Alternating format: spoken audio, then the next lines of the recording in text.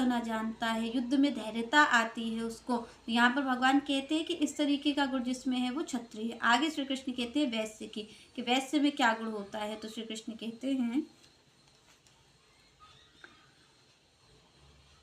कृषि गौरक्ष वाणिज्यम वैश्य कर्म स्वभावजम परिचर्या आत्मकम कर्म शूद्रस्य अपि स्वभावजम। यहाँ पर भगवान ने कहा कृषि करना, गौ रक्षा करना, व्यापार करना।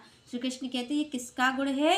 ये एक वैश्य का गुण है। अगर आप और हम में ये गुण है कि हमें व्यापार बुद्धि है, हम इस जगह व्यापार करना जानते हैं, तो श्री कृष्ण कहते हैं कि जो हर चीज में व्यापार कर रहा है उसके अंदर कौन सा गुण है? उसमें वैश्य का ही गुण है। चाहे भले ही वो शरीर ब्राह्मण का प्राप्त किया हो, क्षत्रिय का प्राप्त किया हो, पर हमारे अंदर ये जो व्यापार की बुद्धि है, आप देखिए कि प्रत्येक व्यक्ति में व्यापार की बुद्धि है।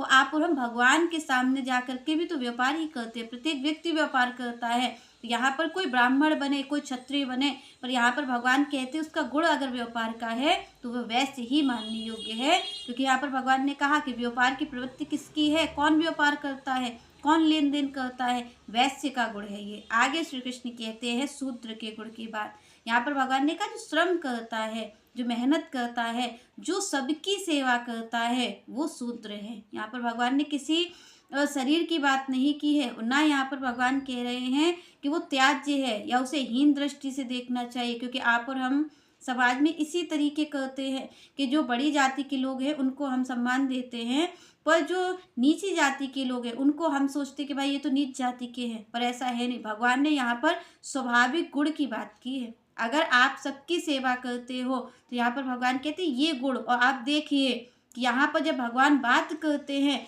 तो यहाँ पर भगवान को प्रिय कौन है? ना तो भगवान को ये प्रिय है कि आत्म संयमी वाला शांत पे